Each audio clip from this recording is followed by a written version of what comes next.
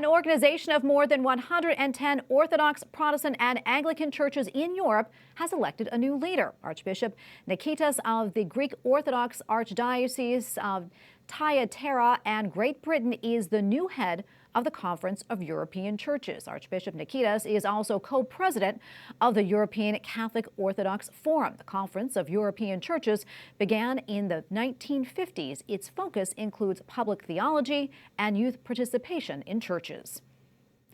And the new president, Archbishop Nikitas, joins us now. Your Eminence, thank you so much for your time today. We appreciate it, and congratulations to you. Can you tell us more about your appointment as president and also about the work that your organization is doing? Well, let me first express my own gratitude for this opportunity to speak with you and to put some things in order, perhaps, or to talk about what we're doing. I have been elected as the new president of the Conference of European Churches. It is an organization which brings churches together from across Europe.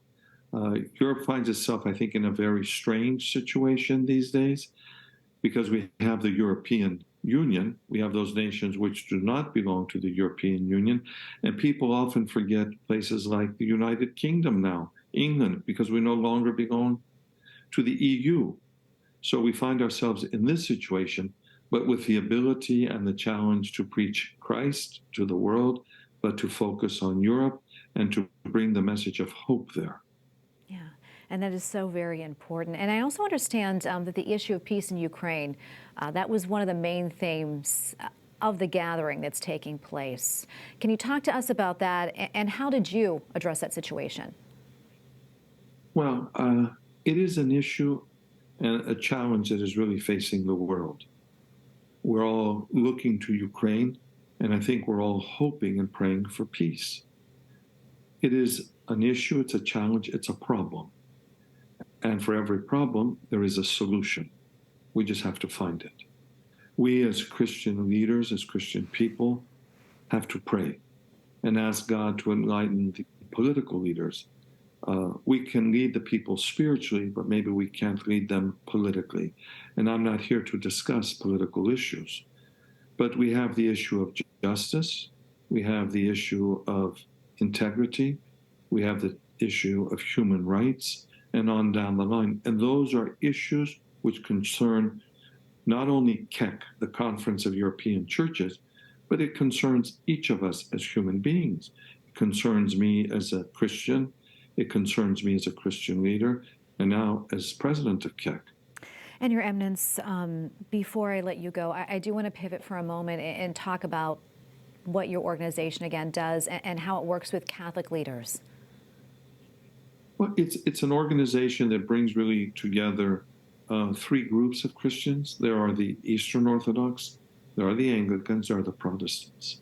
And then we team with Catholic leadership, Catholic organizations. We're all one big family. We have our challenges, we have our differences, like families do.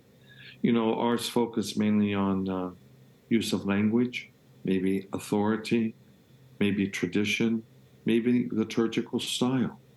But we have many things in common. And what we do have in common, first and foremost, is Jesus Christ. And the other things we have in common is to fight for justice, truth, for human beings, to look at the environment, to stop pollution, to be really good stewards of what God gave us, to stop human trafficking, to end modern slavery.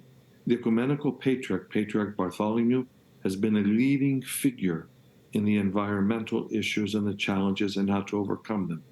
He's worked with the Pope, the Archbishop of Canterbury.